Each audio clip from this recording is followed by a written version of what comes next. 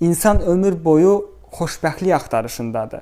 Nə vaxta qədər ki, sən ancaq maddi bir şeylərdə xoşbəxtlik axtarırsan, heç vaxt doymayacaqsan. Bir maşın, iki maşın, bir ev, iki ev, nə bilim də bu əşya, o birisi əşya, xoşbəxt ola bilmirsən ki, ola bilmirsən. Doymursan ki, doymursan. Sanki yenə nəyisə çatışmır ki, çatışmır. Şəstyə, rusca deyilir xoşbəxtliyə, stati частью единого, bütövlüyün bir parçası olmaqdır. Bizim ruhumuz həmən o bütövlüyü absoluta doğru gedir, inkişaf yolundadır. Maddi cəhətdənsə, yəni bu bütövlük bu dünyadır.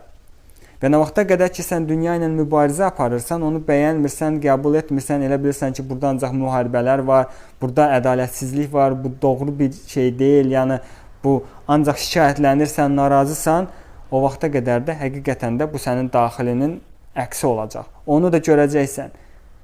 Və bunun özü, bu stres yaşayırsan, həyəcan yaşayırsan, narahatlıq yaşayırsan, mənfi da vibrasiyalarda olursan, bunun özü sənin öz elə sağlamlığına zərər törədir. Bunların özü elə sənin qanını qaraldır, zəhərləyir, toksinlər gətirir sənə. Və nə qədər sağlam qidalansan da, yenə də problemlər olacaq, yenə də çatışmazlıqlar olacaq.